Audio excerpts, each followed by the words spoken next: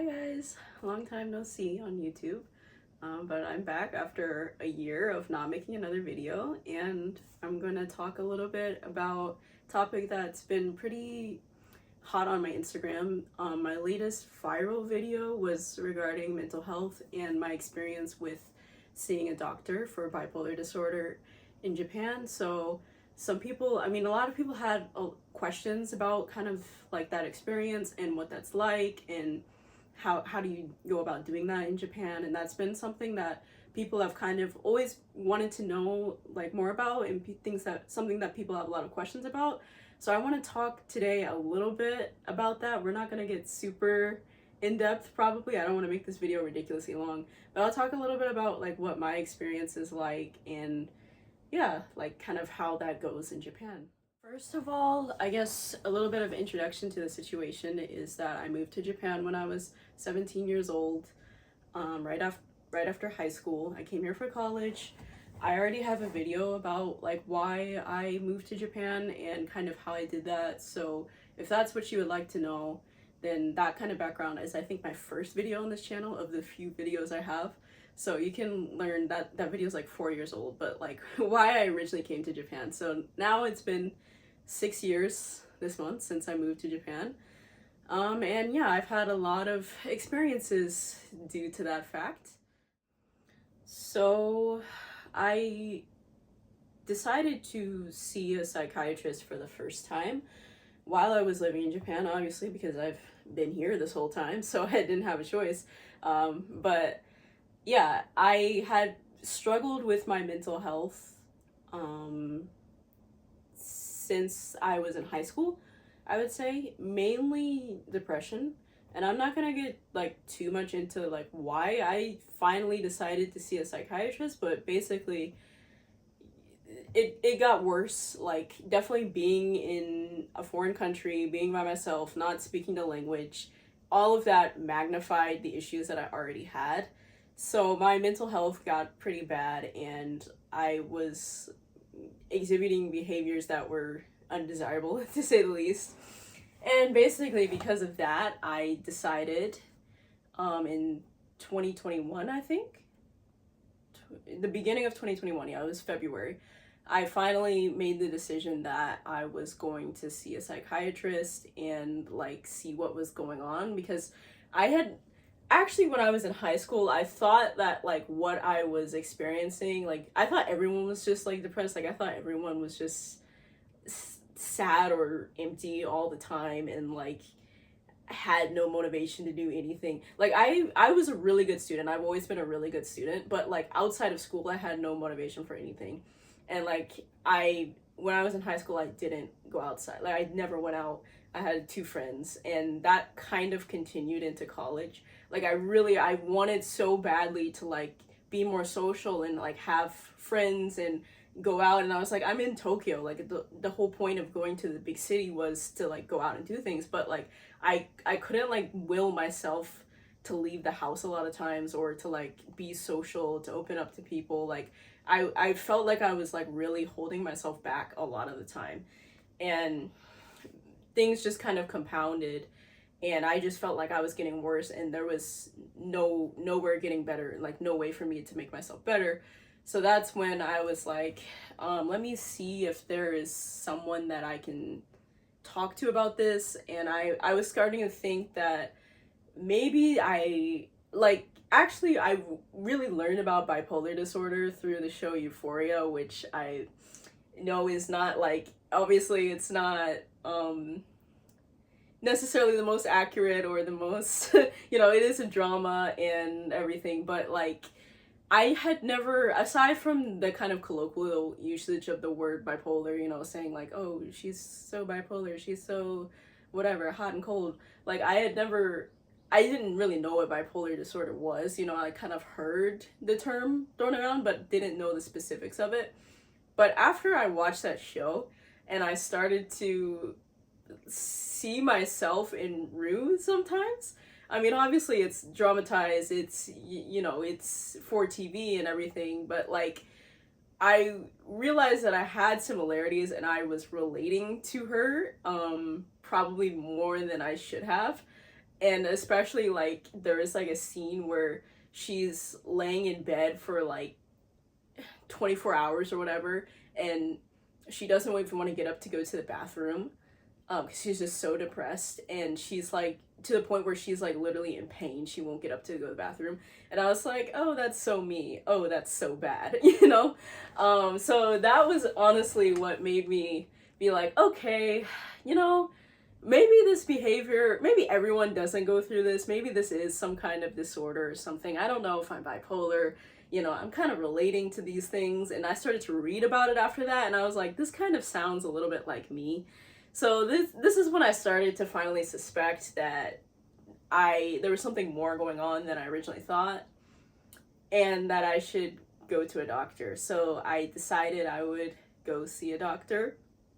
But the challenge of seeing a psychiatrist in Japan, there are psychiatrists, and psychiatry is generally covered by insurance, so it's actually quite cheap. The initial appointment I think can be more expensive, but aside from that, follow-up appointments are really not even 2,000 yen. Like they're like 10 US dollars basically. Like mine is like 1,400 yen, and then the medication is like 2,000 yen or something, like 15 bucks. Like it's really cheap, theoretically. But the challenge in Japan, of course, is that most psychiatrists speak Japanese, and the amount of psychiatrists that speak English is pretty small. So I was really nervous about finding a doctor, and like I was like, at that time I really didn't speak above like, I wasn't even conversational in Japanese. Like I couldn't hold a conversation. I could kind of introduce myself and say some basic sentences, ask where the bathroom is, that kind of thing. But like I had survival Japanese basically. That's what it was. So I was like, there's no way I can tell my life story to a doctor in Japanese.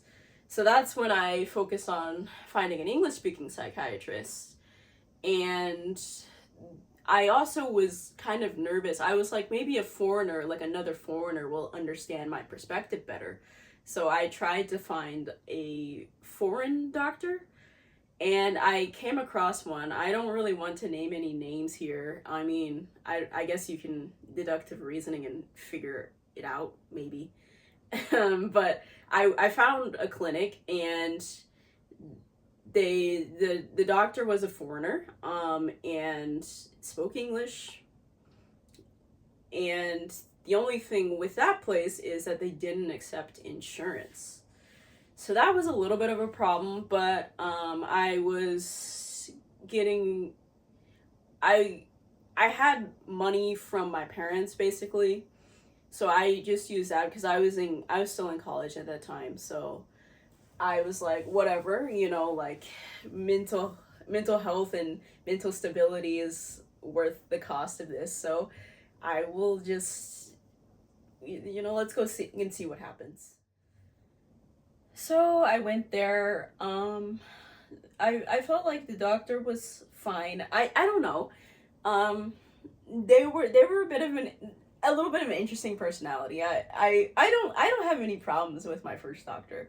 And like other people are really like mad on my behalf because of like what I said, they said about my, or I've already said it's a guy, so what he said about like my clothing and stuff, but I don't have anything against him, and I do feel like his diagnosis was accurate. So he diagnosed me with bipolar disorder after we had the conversation. And that's immediately I was starting to take medication for it. And the first medication that I took was olanzapine. If you know anything about psychiatric medication, it is notorious for causing weight gain. On my Instagram, like when I was in my early years in Japan, I was very, very thin. I was actually basically underweight, and that was partially, I think, due to the depression that I was experiencing a lot of the time, because like I would forget to eat, or like I just couldn't be bothered to like make myself a decent meal. Like I ate basically the bare minimum to survive. Like I didn't have an ED, but like I kind of had a disordered pattern of eating due to being very depressed, you know, if that makes any sense. Like, so I was very thin, and I always wanted to gain a little bit of weight. I'd always wanted, I wanted to be like a little bit more curvy, I wanted to be kind of thick. That's what I was hoping. I was not prepared for what olanzapine did to my body. Yeah, I gained 30 pounds in like 2 months or something. It made me so sad, because I couldn't wear any of my clothes. I got rid of a bunch of my clothes at that time. And yeah, and it's just my body looked so different, and I did not like, I kind of felt like I gained weight in all the wrong places. It wasn't what I was hoping to happen at all. But I was like, maybe I can just deal with it and put up with it. And yeah, I was not happy. And I ended up ultimately asking to be switched to another medication. I felt like, however, my symptoms, which my main symptom is depression, I do experience hypomania occasionally, but mainly my problem is the ever-present, pressing, potent depression that I deal with. So the depression improved pretty quickly. So this is why there was kind of a question of, should I change my medication, because I wasn't feeling depressed anymore, and I started to like improve my lifestyle and everything. Things were getting better for me. So it was kind of a question of like, do I accept that I'm going to, like, I gained a lot of weight and might continue to gain weight, and just kind of deal with that and be happy that I feel better? Or do we try something else and see if we can have the same good result emotionally, but like without such an intense weight gain? Because the thing is, the medications that treat bipolar disorder do tend to cause weight gain, but like to varying degrees. So ideally I wanted to be, I decided that ideally I wanted to try another medication and see if I could feel better, but not have to have so much like excess fat that I just like put on so suddenly. Like it was just, like my face was really like bloated and everything. Like I just I didn't feel like myself.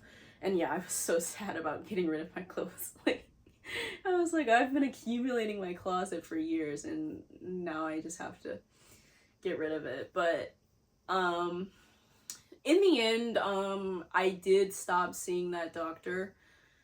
I continued seeing him while I was living in Tochigi, because he is one of the few psychiatrists that offer telehealth in Japan. It's really not common.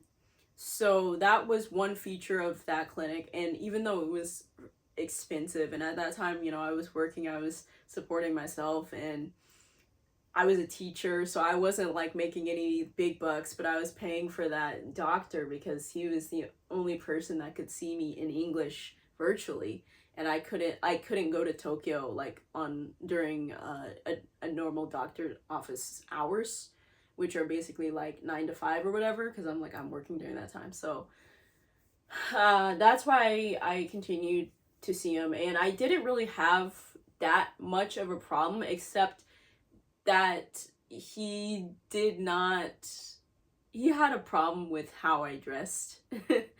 Like I don't know if to say it was a problem is the right way, but like he was always questioning, like if I came, because when I saw him when I was living in Tochigi, I would usually see him right after work. I would come home and immediately do the video call. So I would still be wearing my work clothes, and I was a teacher, so I wasn't dressed like this, and I wasn't wearing Lolita or any, I wasn't wearing my usual style. And he would ask like, oh, like I noticed that you're dressed different. Is it because the medication's working, is And I'd be like, oh, I'm just dressed like this because I had to go to work today. I'm working now. And he was like, oh, well, you know, bipolar people often dress, you know, eccentrically as a symptom of being bipolar. So I was just wondering, I've just been wondering if the medication worked, you would stop doing that basically. And I was like, no, this is just my personality. This isn't a bipolar thing or anything. This is just how I am. So this was a recurring conversation. Like, this had been a thing since I first started seeing him. And yes, it was annoying. I really didn't take it to heart. I really didn't like feel like crushed or like, oh, there's something wrong with me. I just thought, this is an annoying old guy, like, who cares what he thinks? And you know, I'm like, I this makes me happy. And if I take the time to get dressed up, usually if I get dressed up, that means I'm going out or I'm at least taking pictures. So that means either way, I'm not laying in bed, you know, like I'm up, I've probably showered, done my hair, taken the time to do makeup, like set up for photos, or I've got a plan to go out. Like, it's a good thing if I'm dressed up.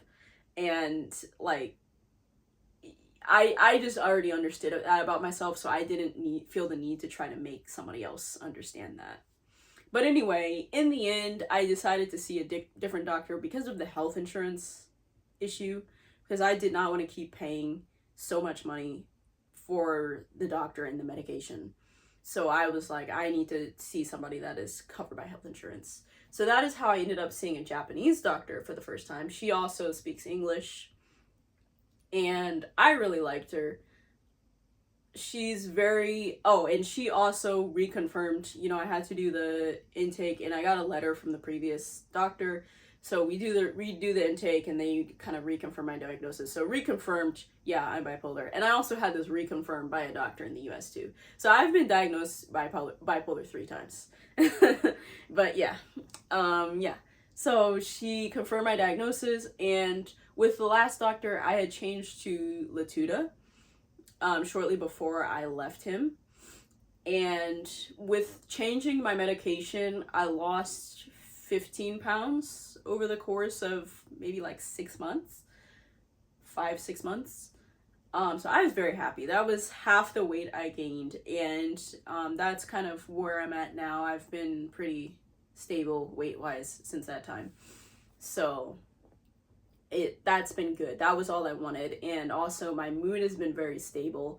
I feel so much better. I actually go out, I have friends, I go enjoy my life in Tokyo. I feel happy. I don't feel like every bad thing that happens to me is not some insurmountable obstacle that I can't overcome, and that's just like, that makes life not living anymore, not worth living anymore. Like, that was basically my everyday experience, and I don't have to like fight to get out of bed. Like, I want to get up, I want to go out, I want to do things, I want to have new experiences.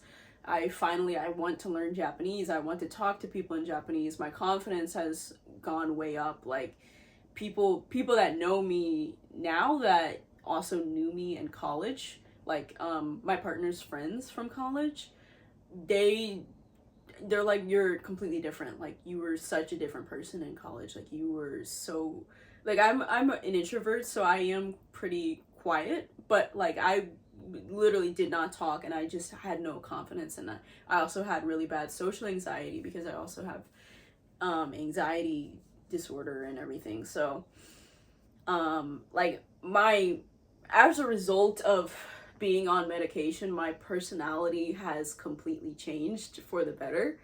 And it's just because my mood is finally stable. Like, I feel good every day. And that's an amazing thing, because before I went on medication, I don't even know like when the last time I felt like that is. So yeah, I mean, that's me, and that's my life. So yeah, I still see my doctor every 6 weeks now. Go to the Japanese doctor. She's really nice. I like her. She really likes and appreciates my style. She says that I look great when I come dressed up. because I usually dress up for appointments, because if I'm going to the doctor, that means I'm not working that morning, because I'm just working part-time. I'm studying Japanese right now, so I'm just working part-time in the morning. So if I go to the doctor that morning, I'm not working, so I'll wear a cute little outfit in my style, and she's really happy to see me, and she's, you know, I like her. So yeah, and medication's good. Don't have the problems with weight management, because at this point, the extra weight compared to like how I was before is honestly weight that I needed to put on, because I wasn't, like I said, I wasn't eating properly or regularly. So now I'm eating consistently. Like I consistently feel, I regularly feel hungry. I feel hungry at normal meal times, and I'm not really eating breakfast lately, but I do eat a proper lunch and dinner. But like I'm actually eating an appropriate amount, and like consistently actually feeling hungry, but not to the point of where I was on olanzapine, where I was just hungry all the time. So it's like a nice, comfortable place, and it's good for me. And I'm really happy with my experience personally of getting mental health in Japan, and like going to a psychiatrist, even with my first psychiatrist not necessarily being supportive of my style and that expression of my personality. To me, it's not the worst. Like, you know, it's a small price to pay, I guess, for the peace of mind that I got by getting treatment. So I don't know. I don't really feel bothered by it. But I know other people were very upset about it on my behalf. Yeah, that's about it. And I do have one other thing that I want to say, which is that one thing that I'm going to always shut down, and I'm just not going to entertain, is people trying to question my diagnosis. I don't know why people feel the need to do this, and it's not helpful. People are trying to be helpful when they do this, but it's not. I am not questioning my diagnosis. I am not, because obviously I got a diagnosis, I got treatment for that diagnosis, and the treatment worked. I feel better. My life did a 180. Like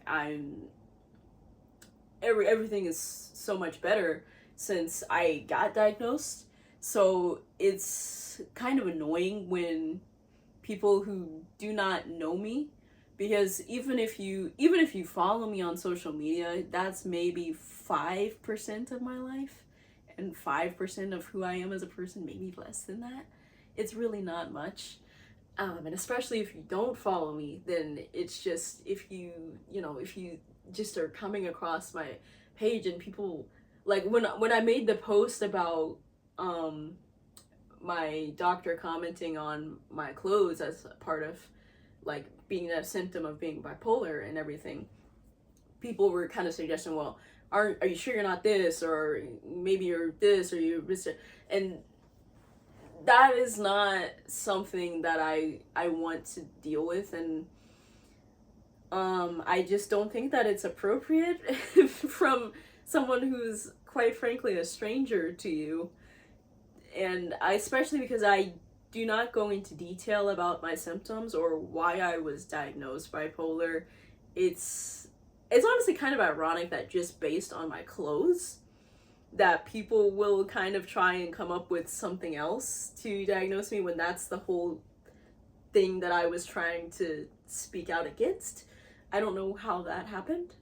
But yeah, I am not looking for alternatives. I'm quite pleased with my diagnosis, and it made my life better. There's been people being like, oh, are you sure you're not autistic? Because a lot of women with autism are misdiagnosed as bipolar. I guess technically I could be autistic. It's not really something that I've considered. But if the question is, are you autistic instead of bipolar? Absolutely not. Absolutely not. I can just say that much. And every time I talk about being bipolar, this is always brought up, and people always try and like I don't know, trying to, like, people would try to convince me that I'm autistic instead of, because it's like, I don't know. I know that it's like autism is like, people are trying to destigmatize autism and kind of bring it to the forefront, but that doesn't mean that everyone that has any kind of mental health condition is autistic. I I I mean, I can't. I guess I could be autistic. I'm not gonna sit here and say like I'm definitely not. I don't know. I honestly don't really care, because the more pressing issue is the fact that I'm bipolar, which I am bipolar. So, yeah, that's about how I feel on that.